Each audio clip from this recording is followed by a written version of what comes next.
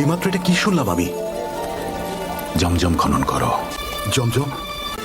এমন কূপ যা কখনোই শুকাবে না, যা অনবরত পথিকদের তৃষ্ণা মেটাবে। এটা সেখানে অবস্থিত যেখানে কোরবানি করা হয়, যেখানে পিপাসু কাকপক্ষীরা আঘাত করছে। আমি খনন করব জমজম। আল হারিস, আমার সাথে এসো। জমজম কূপ খনন করতে যাব, যা আমাদের মা হাজার এবং পিতা ইসমাইলের নিশানা। চলো যাই। এই যে কুরাইশের জনগণ, ইসাফ এবং নাইলার কাছে যাও, তাড়াতাড়ি যাও কুরাইশের মানুষ। কোথায় তুমি আল মুগিরা? আরে কি হয়েছে উমাইয়া? হাশিমের পুত্র আব্দুল মুত্তালিব আর নাইলার ঠিক মাঝখানে কূপ খনন করছেন, যেখানে আমরা সবাই কোরবানি দেই আমাদের পবিত্র কাবাকে উদ্দেশ্য করে। আব্দুল মুত্তালিবকে থামাতে হবে, এটা করতে দেয়া যাবে না। চলো ওকে থামাতে হবে। এই Abdul Muttalib, Abdul Muttalib, Abdul কি করছো মুত্তালিব, তুমি এটা আব্দুল মুত্তালিব? কি চান আপনারা? এখানে কিছুতেই কূপ খনন করতে পারবে না। আমাদের আদর্শ ইসাফ ও নাইলাহ আছে, যেখানে আমরা কোরবানি দেই, যেটা আমাদের প্রার্থনার জায়গা। মহান আল্লাহর নির্দেশে আমি খনন করছি। আপনারা দেখতে পাচ্ছেন না একটা পুরনো কুয়া এখানে বন্ধ হয়ে আছে? আব্দুল মুত্তালিব, খনন করা বন্ধ করো। পানি না আসা পর্যন্ত বন্ধ হবে না। কেন কেন এত জায়গা থাকতে তুমি এখানেই খনন করছো? অন্য কোনোটা খনন করো, আমরা সাহায্য করব। আমার কাছে নির্দেশ এসেছে। কে তোমাকে নির্দেশ দিয়েছে আব্দুল মুত্তালিব? এক অলৌকিক কণ্ঠ আমাকে নির্দেশ দিয়েছেন। ইয়া রাব্বিল কাবা, এটা কি? এটা কি? নাকি নাকি এর নিচে পানি আছে? কোথায় তোমার পানি আব্দুল মুত্তালিব?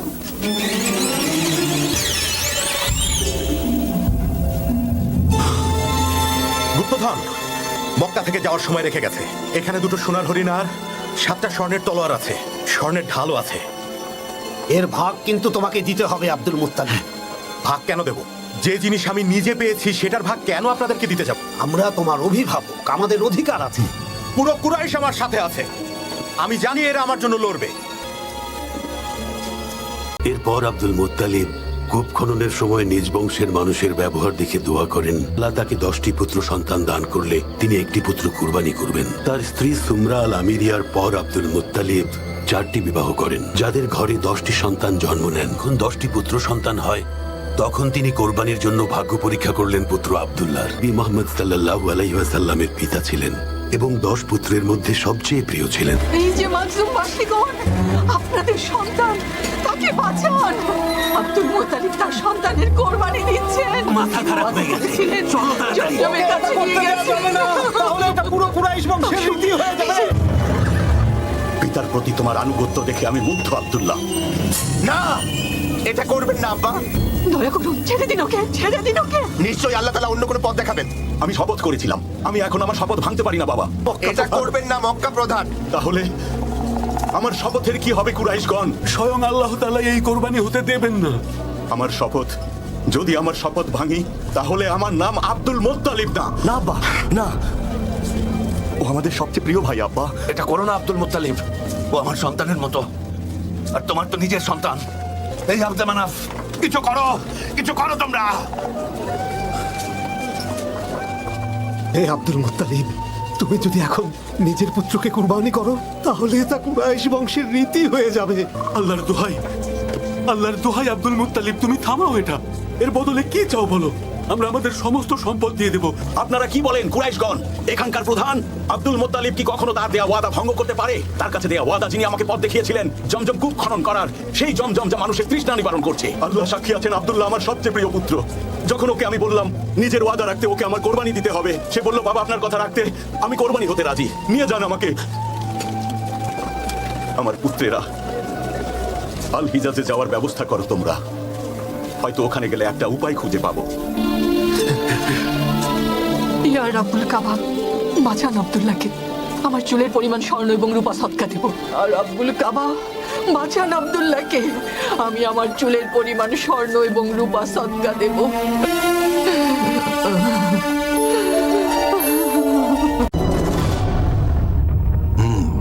আমাকে বলো আলকালিস গির্জার কাজ কত দূর এগুলো? ইবনে মাকসুদ, কাজ প্রায় শেষের দিকে চলে এসেছে প্রভু। খুব দ্রুত আমরা ওখানে নাজরানের শহীদদের শেষাংশ নিয়ে যাব। এই গির্জা পৃথিবীর বুকে সবচেয়ে সুন্দরতম গির্জা হবে। পুরো দুনিয়া দেখবে আমার পক্ষে কি কি করা সম্ভব। তাহলে কি এই গির্জার নাম নাজরানের শহীদদের নামে হবে, যারা নাওয়াজে পুড়ে গিয়েছিল? অবশ্যই। সবাইকে নির্দেশ দেব ওখানে তীর্থযাত্রা করতে। আরবের সবাই তো মক্কায় যায়, তারা বলে সাইয়েদেনা ইব্রাহিম কাবা তৈরি করে দিয়ে গেছে, কাবাকেই পবিত্র মনে করে, সেজদা করে। এখন আরবীয়দের বিশ্বাস করানোর সময় এসেছে খ্রিস্টানি পবিত্র ধর্ম, যেমন নাজরানের লোকেরা ঈমান এনেছে। তাড়াতাড়ি কাজ শেষ করো, আমি দেখার জন্য অধীর হয়ে আছি। কি হলো আব্দুল মুত্তালিব? কোনো ভালো খবর? আব্দুল্লাহ বেঁচে গেছে। কিভাবে? আমাকে একটু বসতে তো দেবে।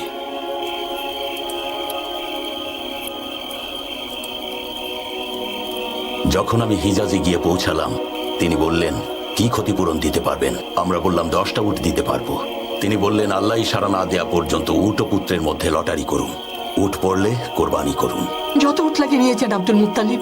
আমার পুত্র আব্দুল্লাহকে বাঁচানোর জন্য হাশেমের বংশের সকল সম্পদ দেব, আর মোত্তালিব বংশের গুলোও দেব।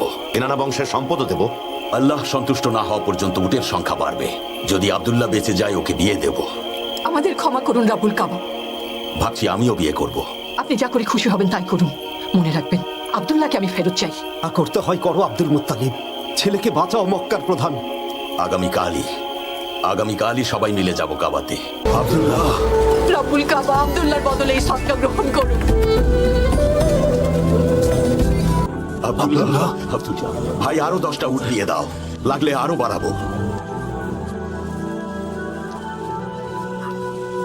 আব্দুল্লাহ, আরো 10টা উট বাড়িয়ে দাও তুমি ভাই। চলো চলো, তাড়াতাড়ি করো।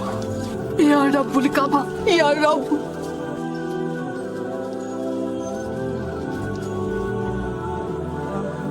কি খবর আল হারিস? লটারি এখনো শেষ হয়নি মা। কার পক্ষে উঠেছে তীর? ইয়া রাব্বিল কাবা, দয়া করুন আপনি আমাদেরকে। আব্দুলের বদলে এই সদকা গ্রহণ করুন। আমার পিতা আব্দুল মুত্তালিবের শপথের বদলে গ্রহণ করুন। আমার ভাইকে আমার কাছে ফিরিয়ে দিন, দয়া করুন। প্রয়োজনে হাশেম বংশের সব সম্পদ নিয়ে নিন, মুত্তালিব বংশেরও সব সম্পদ নিয়ে নিন, তবুও দয়া করুন। আরো বাড়াও, যতক্ষণ আমার রব খুশি না হবেন বাড়াতে থাকো।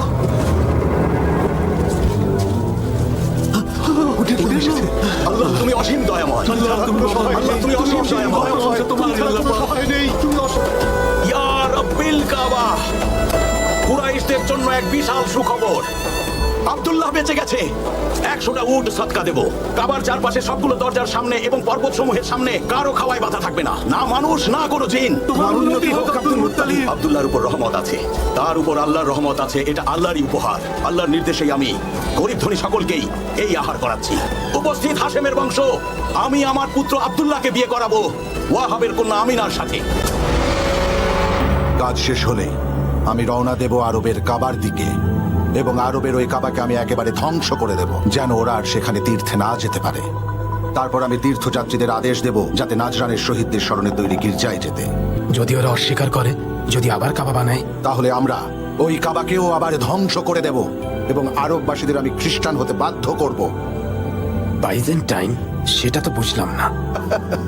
বাইজেন্টাইনের রাজারা চাই যে তাদের আশেপাশের সব, বিশেষ করে মধ্যপ্রদেশের সবাই খ্রিস্টান ধর্ম গ্রহণ করুক, আর এভাবেই হিন্দুস্তান নিরাপদ হয়ে যাবে। যদি একবার এটা হয়ে যায়, তাহলে হিন্দুস্তান আর চায়নাতে সওদা করতে আর কেউ বাধা দিতে পারবে না আমাদেরকে। কিছুই একদম হাতের মুঠোয় চলে আসবে। রাজা এটাই চায়, আমি তার স্বপ্ন আমার হাতেই পূরণ করতে চাই। এটাই এখন আমার জীবনের একমাত্র উদ্দেশ্য। কিন্তু ইথিওপিয়া আর সেখানকার রাজারা কি করবেন? সে আমার কি করবে? ইথিওপিয়ার রাজা আমার কি করতে পারবে বলো? আমি আব্রাহা ইয়েমেনের রাজা ভুলে যাচ্ছ তুমি? আর আমার সাথে রোমানরাও আছে। ওদের আর আমার ধর্ম এক। আগে আমি দালিচ পোর্টে এক রোমান বণিকের কৃতদাস ছিলাম। আমি ওদেরই লোক। রোমান সাম্রাজ্য তো এটাই চায়, আর আমি ওদের রাজা হব, আব্রাহা। অবশ্যই হবে, আপনার স্বপ্ন দ্রুত সত্যি হবে। হে কুরাইশগণ, আপনারা সবাই এই মক্কার দায়িত্বে আছেন। আমরা সবাই কুসাই আর লুইয়ের বংশধর। আমাদের পিতা গত হয়েছেন। পিতা হাশেমকে গাজ্জায় দাফন করা হয়েছে, আর আবু মুত্তালিব ইয়েমেনে দাফন হয়েছে, আর নাফাল ইরাকে মৃত্যুবরণ করেছেন, আর আব্দুল শামস দাফন হয়েছেন কাবার পূর্ব দিকে। আমাদের শেষ পরিণতিও যেন এমন হয় আব্দুল মুত্তালিব। আমরা কাবাকে মানি। আর আপনি আমাদের সর্দার আব্দুল মুত্তালিব। সবার ভালো হোক। এখানে আসা তীর্থযাত্রীদের খাবার ও পানি দেয়া এবং এখানকার মানুষদের অধিকার রক্ষা করা, সবার হক আদায় করা, এটাই আমাদের দায়িত্ব। কিন্তু আমার পিতা হাশেম যে রীতি চালু করেন তা আর আজকাল দেখা যাচ্ছে না। কোন রীতির কথা বলছো আব্দুল মুত্তালিব? আমার পিতা হাশেম একবার কুরাইশ বংশের সকলকে তার বাড়িতে ডেকে বললেন, আমাদের মধ্যে এমন কিছু মানুষ আছে যারা তাদের সন্তান ও পরিবার নিয়ে প্রত্যন্ত অঞ্চলে যাচ্ছেন, নিজের ঘর বাড়ি সব ফেলে, আর সেখানেই ক্ষুধায় মারা যান, তবু কারো কাছে মাথা নত করেন না। কুরাইশ বংশে এমন হওয়াটা খুবই লজ্জাজনক। কিন্তু আজ আবার সেই ঘটনার পুনরাবৃত্তি হচ্ছে, এবং সেটা শুধু কুরাইশ বংশের নয়, কিনানা বংশ এবং আহাবিস বংশেও। এর পেছনে আমি শুধু একটাই কারণ দেখতে পাই, তা হলো বীরত্বের অহংকার আর সম্মান হারানোর ভয়, আর কিছুই না। তাহলে কি সমাধান আছে কুরাইশ প্রধান? মাতরুদ আল কুজাই বলেছিলেন, ধনীরা তাদের সম্পদের অবশিষ্টাংশ গরিবদের দেবেন, যাতে কেউ ক্ষুধার্ত না থাকেন। পিতা হাশেমের এই সুন্নাত জারি করব আমি। কুরাইশ বংশের যারা ধনী আছেন তারা গরিবদের নিজের পরিবারের সদস্য করে নেবেন, এতে করে গরিবদের মান সম্মানে কোনো রকমের আঘাত লাগবে না। আর মক্কার আশেপাশে যেসব গরিব কৃতদাসরা বাস করে, তাদের ব্যাপারে কি কোনো সমাধান আছে তোমার কাছে? ওদের মধ্যে কিছু মানুষ হজ করতে এসে থেকে যায়, আর অনেকেই ব্যবসা করতে এসে নিঃস্ব হয়, তারাও এখানেই থেকে যায় একা। তাদের কি হবে? এসব গরিব মানুষদের এখানে নিজের কোনো পরিবার নেই, তারা কাবার সদকা দেয়া খাবার থেকে খেতে পারবেন, এবং কাবায় দান করা কাপড় থেকেই তাদের বস্ত্র পরিধান করার ব্যবস্থা করা। হে কাবার প্রতিবেশী, আপনারা আরবের উদাহরণ, কৃতদাসদের কষ্ট দেবেন না। দেখুন কুরাইশগণ, কৃতদাসদের পেটে ক্ষুধা থাকলে তারা রাগান্বিত হবে, এমনকি ওরা খুনও করে ফেলতে পারে। এসব তুমি কি বলছো? কি বলছো এসব? কি বলছো জাদান পুত্র? তোমরা তো সোনার থালায় খাও, সোনার পাত্রে পানি পান করো, তুমি এসব বলছো? আমাদের এই এলাকার মধ্যে তোমার মতো দুনিয়ার একটা আছে নাকি?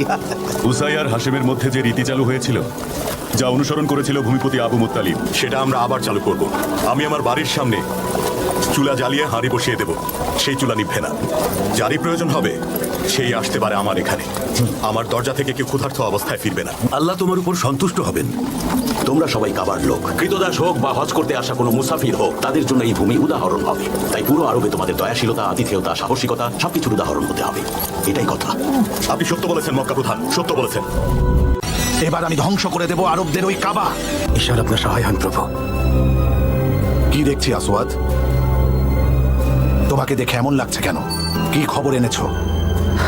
খারাপ খবর আছে। কি হয়েছে বলো? কিনানার একজন লোক, ওই কুরাইশ বংশের, ওই যে আপনাকে সেদিন জানালো যে বংশের লোকেরা মূর্তি পূজা করে, ওরা আমাদের গির্জায় কিছু একটা করেছে। গির্জায় কিছু একটা করেছে? কি করেছে গির্জায়? আবর্জনা ছুঁড়ে মেরেছে, গির্জা অপবিত্র করেছে। আমাদের হাতে মোক্ষম একটা সুযোগ চলে এসেছে।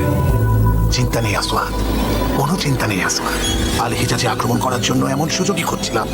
এবার আমি ধ্বংস করে দেব আরবদের ওই কাবা। আমার কারণও আছে করার।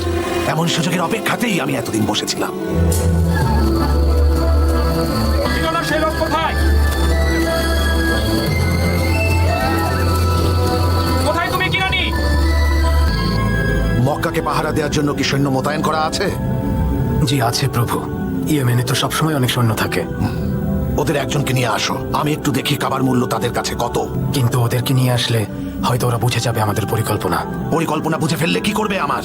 ওরা ভাবতেও পারবে না আমি কত সৈন্য নিয়ে আক্রমণ করব। এক মুহূর্তের মধ্যে ওদেরকে মরুভূমির বালির সাথে মিশিয়ে দেব। পালানোর জায়গা পাবে না ওরা। মরুভূমি আর পর্বত যেখানে জায়গা পাবে পালাতে থাকবে। একটা বাজ পাখিকে দেখে যেমন ছোট ছোট পাখিরা পালাতে চায়। আমাকে বলো তো আসওয়াদ, কাবাঘর কি তাদের জীবনে খুবই গুরুত্বপূর্ণ? সবার জন্য না, যেমন নাজরান থেকে কাবাতে আসা আল হারিতের বংশ, কারণ তারা খ্রিস্টান ধর্মের অনুসারী। হাতাম বংশেরও কিছু আছে। আমি যতদূর জানি খ্রিস্টান ধর্ম আরবের সকল বংশের মধ্যে ছড়িয়ে গেছে। তাহলে হঠাৎ কাবাকে এত গুরুত্ব দেওয়া আর হজ করতে যাওয়ার মানে কি? তারা বলে কাবা নির্মাণ করেছিলেন ইব্রাহিম আর ইসমাইল, তাই আরবীয়রা কাবা ঘরকে উপাসনালয় মানে আর সেজদা দেয়। ঠিক কতটুকু ওরা মানে? কাবার জন্য ওরা জীবন দিতেও পারে প্রভু। তাহলে কোনো কুরাইশ বণিককে ধরে নিয়ে আসো।